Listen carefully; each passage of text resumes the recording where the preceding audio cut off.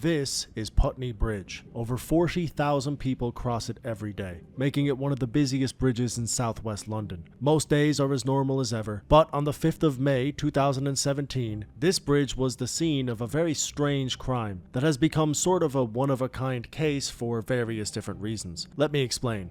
So at 7:40 in the morning, a woman was walking down this side of the Putney Bridge when a man who was jogging pushed her onto the road. Proximity-wise, they were not that close to each other. On the footage, you can actually see him lean towards her, so he didn't do this accidentally. And by all accounts, they had no affiliation with each other whatsoever. Seemingly, this was a random moment of chaos from a possibly psychotic man, and it could have very easily ended badly. As the woman fell to the ground, a bus approached her, and the woman's head was very close to the wheel. Fortunately, the bus driver, Olivier Salbris, saw the incident in question unfold, and he was able to quickly swerve out of the way, missing her head by inches. After this, the man kept running, and the woman was helped back to her feet, and unbelievably, 15 minutes later, while the woman was waiting for the police to arrive, the man actually ran back across the bridge. This time, he was on the other side. They apparently exchanged some heated words, but the man simply kept on running, even while he was still yelling at her. I can't find any kind of a transcript as to what was said between the two, but I wouldn't be surprised if they couldn't even hear each other because the bridge is exceptionally busy at around 8 AM and traffic would have more than likely drowned out any possible conversation. So this seems like a pretty open and shut case. The police launched an investigation and most people thought this would be wrapped up pretty quickly. They had him on camera, he returned to the scene of the crime, there were eyewitnesses, and it happened in a busy part of London. This was a slam dunk, except of course it wasn't.